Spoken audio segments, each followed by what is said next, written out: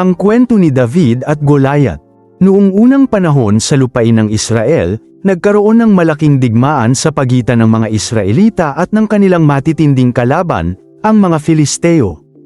Ang dalawang hukbo ay nagkatapat sa magkabilang panig ng isang malawak na lambak. Araw-araw, pareho silang nagbabantay, nag-aabang, at naghahanda para sa isang labanan na tila walang katapusan. Sa kampo ng mga Filisteo ay may isang mandirigmang kinatatakutan ng lahat. Ang pangalan niya ay Goliath. Siya ay isang higanti, matangkad, malakas, at balot ng mabibigat na sandata. Ang kanyang helmet at baluti ay kumikislap sa ilalim ng araw, at ang kanyang sibat ay tila poste sa laki. Tuwing umaga at hapon, bumababa si Goliath sa lambak at sumisigaw sa mga Israelita. "May lalaking matapang ba sa inyo?" Sigaw niya, "Pumili kayo ng isa na lalaban sa akin. Kapag natalo niya ako, magiging alipin kami. Ngunit kapag ako ang nanalo, kayo ang magiging alipin namin." Sa tuwing maririnig ng mga Israelita ang tinig ni Goliath, sila ay nanginginig sa takot. Kahit ang kanilang hari na si Haring Saul, at ang kanyang pinakamahuhusay na sundalo, ay walang lakas ng loob na humarap sa higanteng mandirigma. Araw-araw, 40 araw na lumipas, paulit-ulit ang hamon ni Goliath, at patuloy na nangingibabaw ang takot sa puso ng mga Israelita. Samantala, sa isang tahimik na bayan sa Bethlehem, may isang batang pastol na nagngangalang David. Siya ang bunsong anak ni Jesse. Araw-araw, inaalagaan ni David ang mga tupa ng kanyang ama.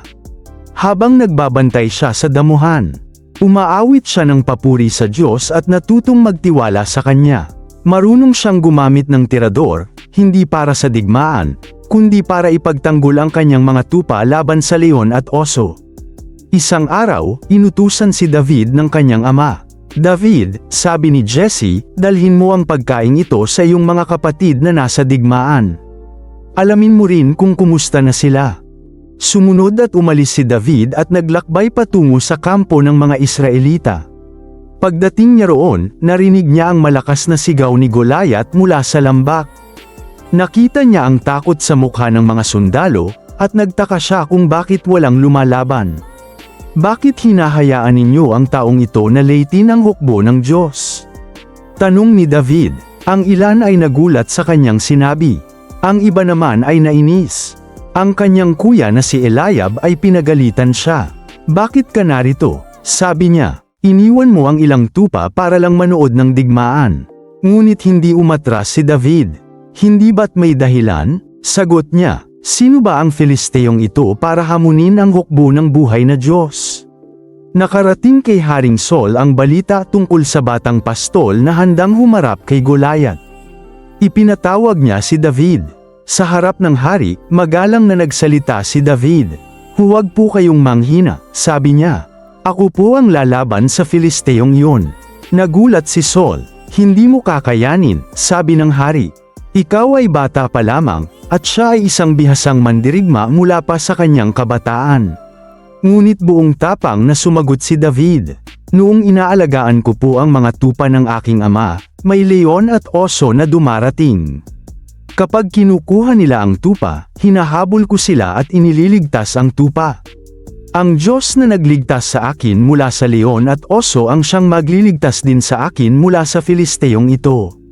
Nakita ni Saul ang pananampalataya ni David, kaya pumayag siya. Isinuot niya kay David ang kanyang sariling baluti at helmet, at ibinigay ang kanyang espada. Ngunit nang subukan ni David na lumakad, nahirapan siya. "Hindi po ako sanay sa mga ito," sabi ni David. Kaya hinubad niya ang baluti at espada. Sa halip, kinuha niya ang kanyang tirador, at pumili ng 5 makikinis na bato mula sa batis. Walang sandata ng digmaan, kundi pananampalataya lamang sa Diyos ang kanyang dala.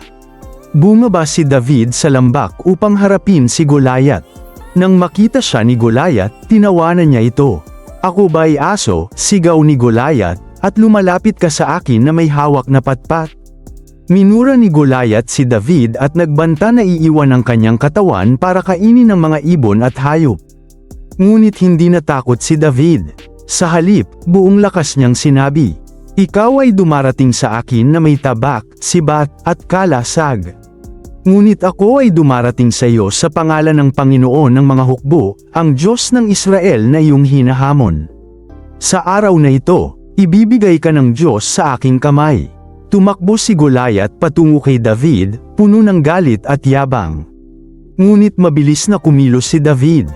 Inilagay niya ang isang bato sa kanyang tirador, pinaikot ito ng buong lakas, at pinakawalan ang bato. Lumipad ang bato at tumama mismo sa noo ni Goliath. Sa isang iglap, bumagsak si Goliath sa lupa at namatay. Ang mga Filisteo ay napatigil sa takot. Nang makita nilang patay ang kanilang kampyon, tumakas sila. Samantala, nagdiwang ang mga Israelita at hinabol ang kanilang mga kalaban. Si David, ang batang pastol, ay naging bayani ng Israel. Ngunit higit sa tagumpay laban kay Goliath, ang tunay na aral ng kwento ay ito, hindi laki, lakas, o sandata ang nagbibigay ng tagumpay, kundi ang pananampalataya at pagtitiwala sa Diyos. At hanggang sa araw na ito, ang kwento ni David at Goliath ay patuloy na nagpapaalala sa atin na kahit tayo ay maliit sa paningin ng mundo, kapag ang Diyos ang ating sandigan, walang higanteng hindi kayang mapagtagumpayan.